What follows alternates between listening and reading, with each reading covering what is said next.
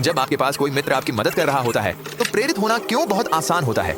इसका एक कारण है। क्या आपके पास कभी कोई आपके घर में आकर, मुझे नहीं पता, प्लम्बिंग ठीक की हो, या लाइट सॉकेट पर काम किया हो, या आपके घर में कोई काम किया हो जहां आप असल में मदद नहीं कर सके, लेकिन आपने महसूस किया कि आपको उन्हें, मुझे नहीं पता, उनका मनोरंजन करना, या उनसे बातचीत करना, या उन्हें घर जैसा महसूस कराना है?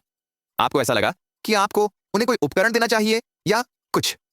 जब मैं एक सफाई व्यवसाय चलाता था, इससे पहले कि मेरा YouTube चैनल बड़ा हो, मुझे यह बहुत बार महसूस होता था जहां मैं किसी के घर में सफाई करता था और फिर उन्हें उठकर सफाई शुरू करनी पड़ती थी, क्योंकि उन्हें महसूस होता था कि उन्हें किसी प्रकार से आपकी मदद करनी चाहिए, अन्यथा वे बेकार या ऐसा महसूस करते हैं कि वे आपको नुकसान पहुंचा रहे हैं, हालांकि वे आपको भुगतान कर रहे हैं। यह सीधे उस चीज से जुड़ता है जिसका रिक सामना कर रहा था। जैसे उसे पता था कि उसे पूरे गैरेज को साफ करना है, उसे पता था कि उसे कचरा फेंकना है, जो चीजें अभी भी अच्छी हैं उन्हें अलग करना है और फिर उन्हें एक संगठित तरीके से वापस डालना है। रिक यह कैसे करना है जानता है। हालांकि काम शुरू करने का विचार उसे भारी लग रहा था, क्योंकि एक बार आपने इसे करने का मन बना लिया तो आप इसे 1, 2 या 3 दिन के लिए कर रहे होते हैं और यह बहुत सारा काम है। लेकिन जब जेसन उसके मदद के लिए आता है और जेसन गैरेज से वह पहली चीज उठाता है और उसे हटाने लगता है, तो मैंने जो कुछ भी अभी समझाया वो रिक में जागृत हो जाती है और वह सोचता है, ठीक है, मुझे मदद करना शुरू करना चाहिए, क्योंकि मैं जेसन को इसे सब अपने आप नहीं करने दे सकता।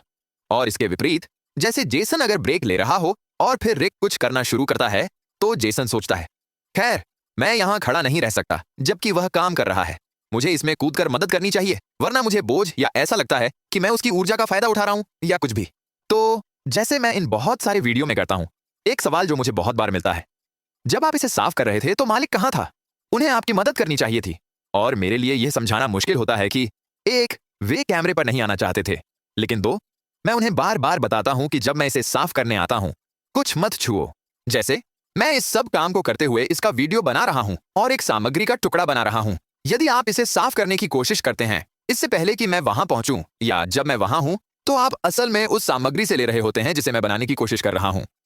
जैसे मैं ऑटिस्टिक हूं, यह वह चीज है जिसे मैं पसंद करता हूं, और यह वही होगा जैसे मैं एक जिगसॉ पहेली करने बैठता हूं और फिर या तो कोई उसमें टुकड़े डालना शुरू कर देता है या वे इंतजार करते हैं जब तक मैं बाथरूम जाता हूं और फिर वह पहेली का 1/4 हिस्सा पूरा कर लेते हैं। यह उस चीज से ले लेता है जिसे मैं पसंद करता हूं, लेकिन यह उन्हें इस भावना से नहीं रोकता, मैं उसका फायदा नहीं उठा सकता, मुझे कुछ करना चाहिए। जब आप बॉडी डबल होते हैं तो यह विपरीत होता है।